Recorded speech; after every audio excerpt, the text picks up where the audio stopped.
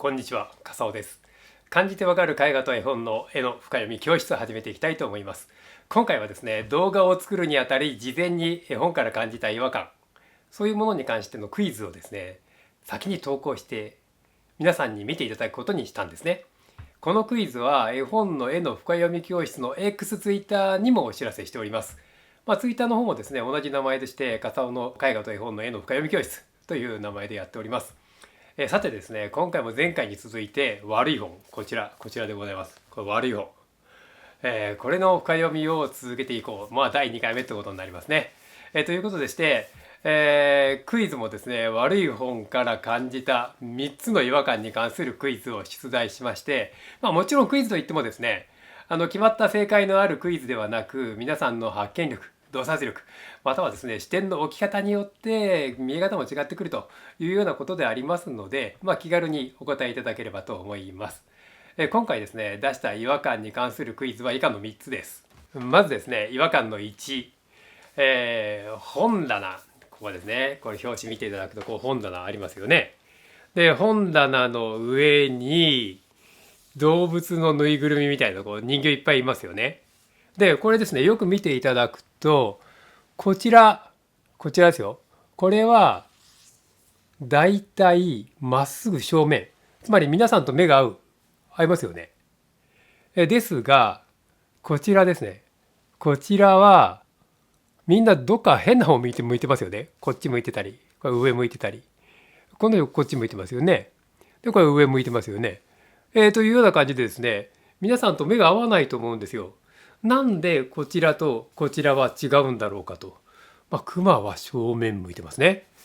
というようなこれは違和感。これなんでなんだろうなということであります。で、違和感の 2つ目。ここの部屋ですね。この部屋に、なんか明るくなってますよね。別にこんなとこ明るくしなくてもいいと思うんですけど、ここを明るくしている理由は何なんだろうかと。これをちょっと考えてみてほしいなと思ったんですね。これが違和感の2つ目です。さてですね、違和感の3つ目。表紙ではですね、ここにクマいるんですね。でこのクマがですね、実は女の子の人形に突如として変わるんですよ。これちょっと後でご覧に入れたいと思うんですけれども、それは一体何なのかというようなこと、これが3つ目です。で最後にですね、感想にもなると思うんですけども、あなたが思う一番怖い場面、悪い本の中であなたが一番感じる怖い場面はどこか、それについてお答えいただけないかと。多分ねこれ皆さんいろんな人によってですね怖いところって違うじゃないですか。また気づいてないから怖くないということもあるんですよね。だからいろんなことを探り出して、そこからここが怖いよっていうのをそれぞれの人の意見を聞いて、でそれをまとめていけたら面白いかなと思っているので、ぜひご協力いただければと思っております。始めていきたいと思うんですけども、今回は世界観の6回目ってことになるんですね。で前回はこの悪い本、これですね、この見返しの部分ですよ。この見返しの部分、なんとなくしらっちゃけていて茶色くて、昔の写真のような色ですよね。でこれって一体何なのかということなんですけども、見返しというのがですね、絵本全体の世界観を表しているというようなことをお話ししたんですね。ですが今回はですね、それぞれのページ見ていきますよ。それぞれのページ、それぞれが一体どういう世界なのか、全体としてはこういうイメージだよなということですね。怖いイメージですね。ここにいろんな目と鼻と口だけあるのは何ででしょうみたいなお話もしたと思うんですけれども、そういうことではなくて、今回は個々にそれぞれのページがですね、一体誰の視点で描かれていて、でそれによってどんな世界を表そうとしているのか、そういうことをもう少し詳しく見ていこうというのが今回やろうとしていることであります。絵というのはですね、誰かしらが見た風景や情景、そういうものとして描かれているわけですね。今回は絵を見た時に、その絵は誰の目が見ているのか、誰が見た風景なのかということについて考えていきたいと思うんです。で絵本にはですね主人公がいます。そしてその主人公が見ている世界が描かれているっていうこともあるわけですけど、全ての絵がですね、絵本の中の全ての絵がそういう主人公の視点で描かれているっていうわけではないわけですよね。もしもですね主人公が見ている絵ばっかり出てくるとしたら、一次元の、シューティングゲームみたいな感じになってしまいますよね。ですので、主人公のじゃあ気持ちというのは一体どうやって絵で表現していくのか、また登場人物、他の登場人物はどうなのか、客観的にはどういうふうに見えてくるのか、そういうようなものはそれぞれ違うわけですね。ですので、それはどういうふうに絵で表現されているのか、そういうことを見ていきたいと思っております。例えばですよ、印象派の画家が外で風景を描いているというようなことを考えていただいた場合、画家が見ている風景が常に絵になっているはずですよね。例えばモネが水霊を描こうと思ったら、池と同じような高さのところが描いてたりしますよね。で、次にポプラを描こうと思ったら見上げてるじゃないですか。下から見上げてるような絵になるというようなことなんですよね。しかし、絵本の場合は実際にある風景を見ながら描いているわけじゃないですよね。自由に見ている目の高さって変えられるわけじゃないですか。見下ろして描くこともできるし、見上げて描くこともできる。それによって見え方、それから感じ方が変わってくるわけですよね。だから自由に見ている目の高さを変えることによって、その物語の作り方も変わってくるというわけであります。斜め上から見下ろすように描く。これがね、一番客観的な見せ方なんですね。もしもですよ、主人公の目の高さを絵を描けば、それは主人公が見ている世界に見えてくるんですよ。主人公がそこに書いてあって、その周りが主人公の目の高さでずっと書いてあると、なんとなく主人公の世界がそこに見えてくるわけですね。ですからそういう時に文章があったりすると、これ主人公が考えていることなんだなとか、そういうふうにも考えられるというわけなんです。同じ理由でですね、他の登場人物、例えば主人公がいて、次にこんなにちっちゃいのがいて、ここの高さから絵を描いていたとすると、この人の世界観がそこに見えているというような風にも見えてくるわけなんですね。ですから目の高さというのは非常に重要だというわけであります。さてですね、このように絵から感じる視点の高さ、これはですね、絵を理解する上で非常に重要だということになるわけなんですね。そのことをですね、この悪い本で具体的にちょっと説明していこうと思うわけです。絵本の中の最初の見開き数ページですね、これは説明上どうしてもお見せしていく必要がありますので、そこは引用させていただくという形でお見せしたいと思います。もちろん全部見せるわけではないので、数ページだけなんで、その辺はちょっとご了承いただければと思います。まずはですね、いつものように表紙から見ていきましょう。こちらですね。本棚に入っている本や人形が載っているこの棚ですね、近くで見ていただくと分かると思うんですけど、上が見えてますよね。で、本もこの上のところが見えてますよね。ですから、ここよりは上のところから見ている絵になってますよね。大体この熊の目線じゃないですか。で、熊の目線からここは見られている絵なんだなということが分かります。ただですね、もう一つの可能性がありますよね。これは熊の目の高さなんですが、実はこの本棚の前、本棚って大体人間が見るもんですから、この本棚の前に立っている人がいるかもしれないですね。で、その人がこのぐらいの目の高さから見ていたら、熊と同じような目の高さでこの本棚を見ているということも考えられますよね。第一見開き、目の高さがどう違ってくるかを見ていきたいと思います。こちら、この熊がですね、ここにいたはずなんですけど、いきなりこのようにして登場してきます。椅子の上にいるのですが、目の高さですね。この絵はこの目の高さから描かれてますよね。つまりこの絵を見ながらこのクマが何かしら話しかけてくる感じがするじゃないですか。ですのでここは高いところにいるでしょ。で、ここは多分椅子だから少し低いところにいる。だからクマの目線で下がってきてるってことが分かりますよね。さて、第2見開き目、ここに行きますと、先ほどクマがいたところにこの女の子が入ってるんですよ。これは何か不思議に思いませんか？で、やはり描かれ方はここと同じですね。クマの目の高さと同じようなところから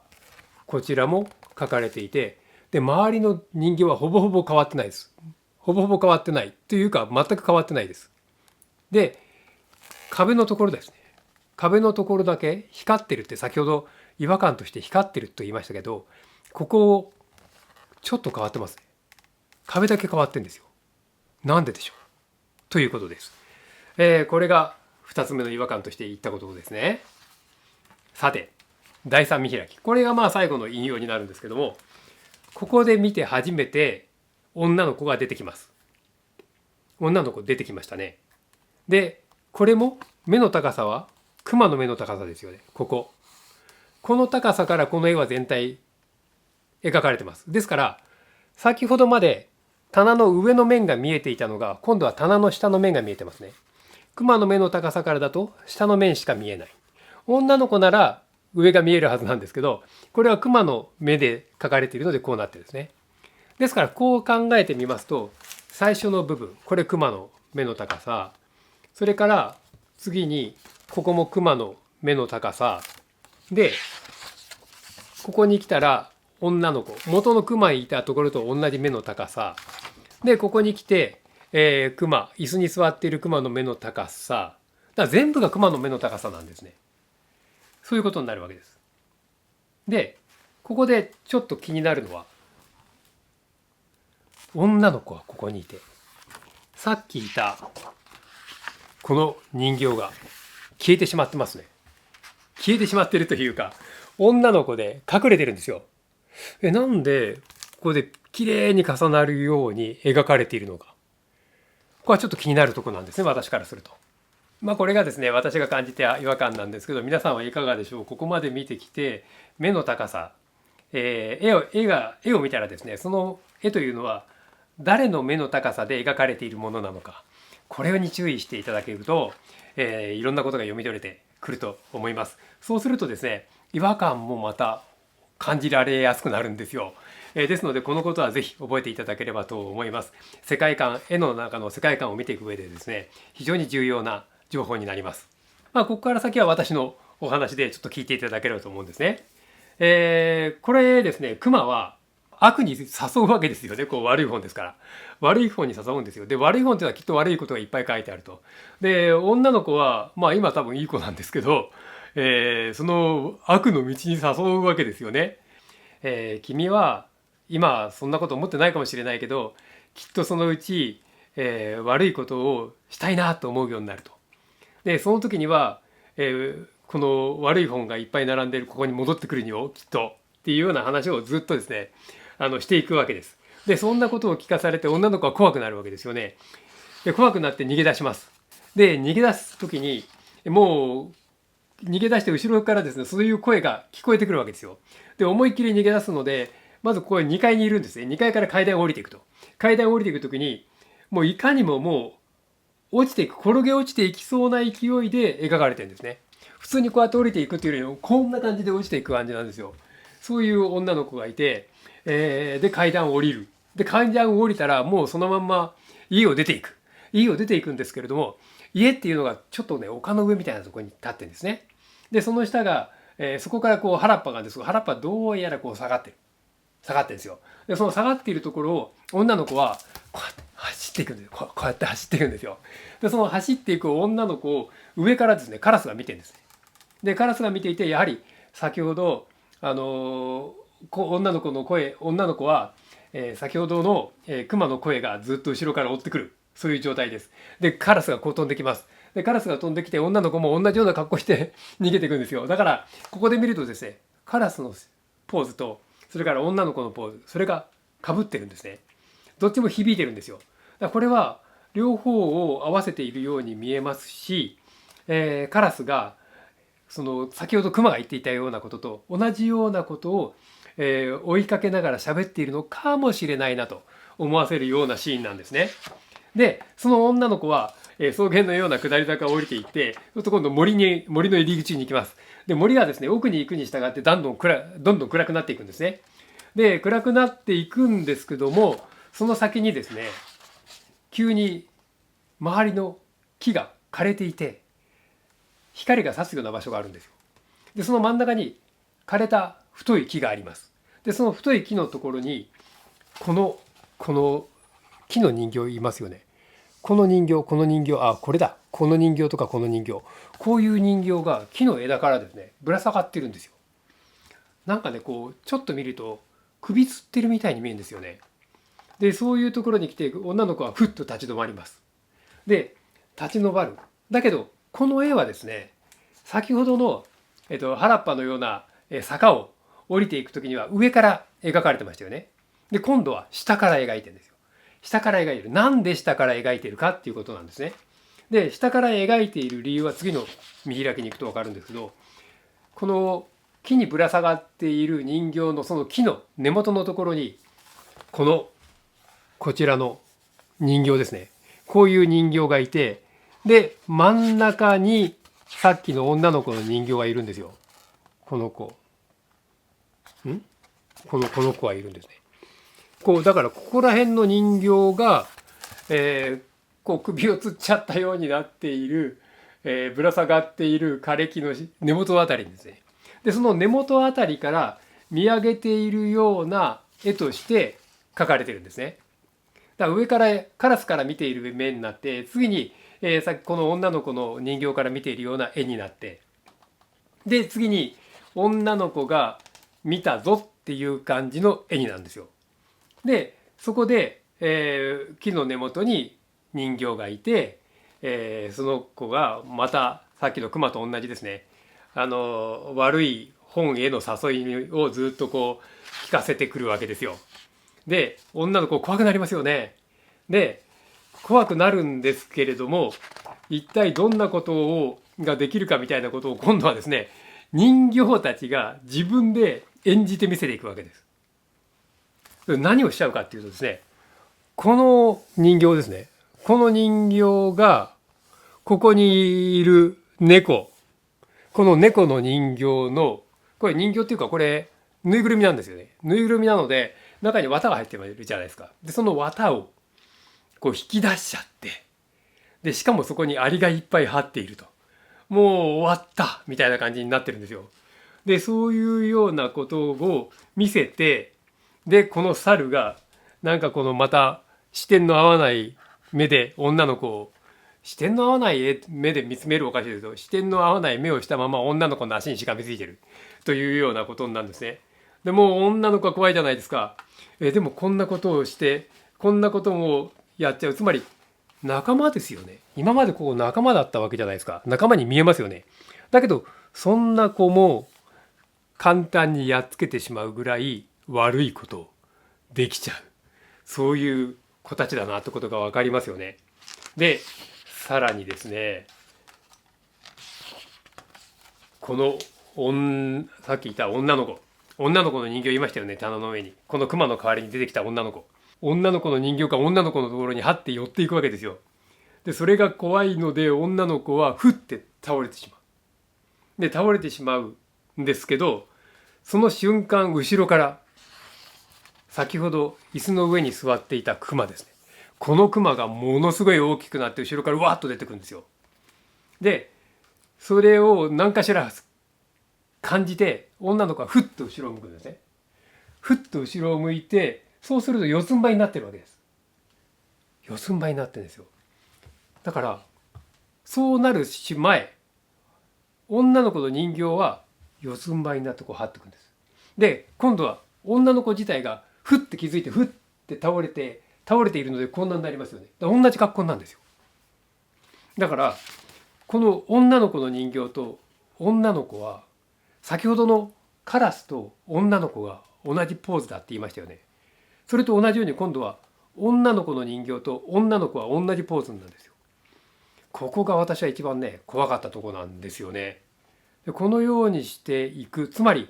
女の子と女の子の人形というのは実は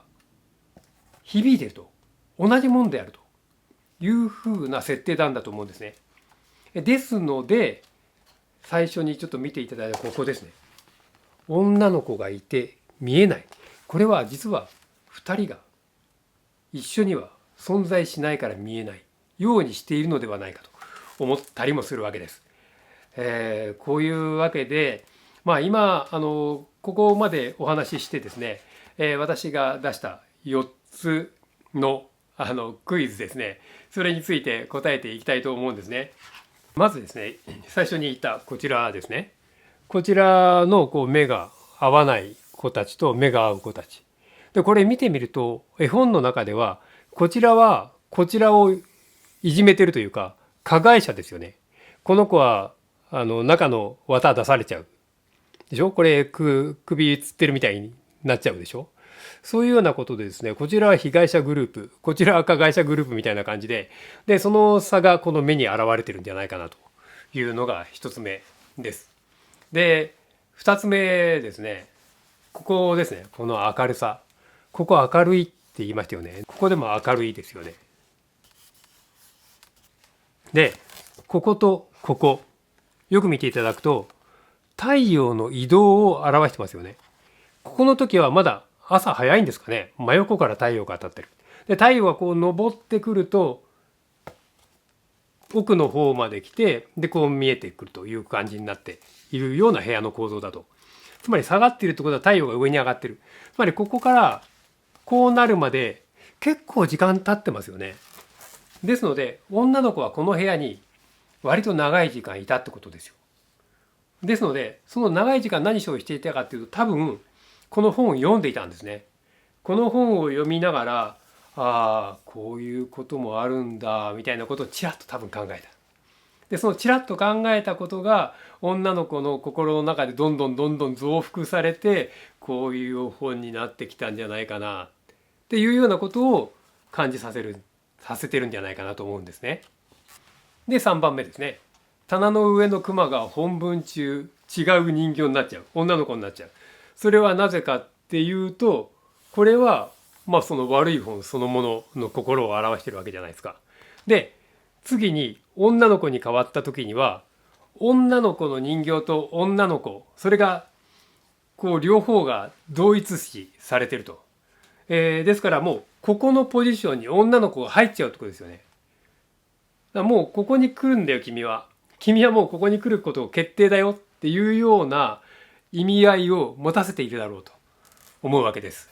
このようにお話ししてきましたが、私がですね一番怖いなと思ったのはやはりそのポーズのことで、こう後ろからふっと振り向いた時にその前のページの女の子の人形と同じ格好になっていると。もうダメ押しですよね。でそこまで来てそのことに気づいた時にうわっって思うというようなことで、その発見力ですね。いろんなことを気づくことで、これがですよ、本当に吉田さんが伝えようと思ったことかどうかは置いといて、私がここで感じるとそういういろんな発見力でいろんなことを見ていろんなことを想像を巡らすというようなところから生まれてくるわけですよね。ですからいろんな発見力でいろんなことをつなげていくってことで一冊の絵本がものすごく楽しめることができるということになるわけなんですよ。ぜひですね、皆さんにもそのような遊び方というか、本の楽しみ方をぜひしていただければなと思ってこういう YouTube を作っているわけでございます。いかがだったでしょうか。これからもですねこのようにまずクイズを出して、それから私が動画の中で、本について解説していくみたいなことを、していきたいと思います。いずれにしても本の中身はお見せすることは、引用という形で少しお見せすることぐらいしかできませんので、本の内容は皆さん自身がお買い求めいただき、ですから一番いいのはですね、私がこうやって話してるじゃないですか。その時に皆さんも一緒に本をめくってくる。だから本を買って見ていただくか、もしくは図書館に行って本を借りてきて一緒に見ながら追体験をしていただくみたいなことができれば一番いいなと思っております。で、実際にですね、そういう追体験をしていただくということは、ループ長野さんのところで行っているワークショップもありますし、また Zoom も行っておりますので、この2本ですね、中野区の近くにお住まいの方はぜひループさんに来ていただきたいですし、そうでない場合は Zoom の方で、このような会を催していきたいと思っておりますので、ぜひお集まりください。面白いと思っていただけるようでしたらチャンネル登録、高評価よろしくお願いいたします。では。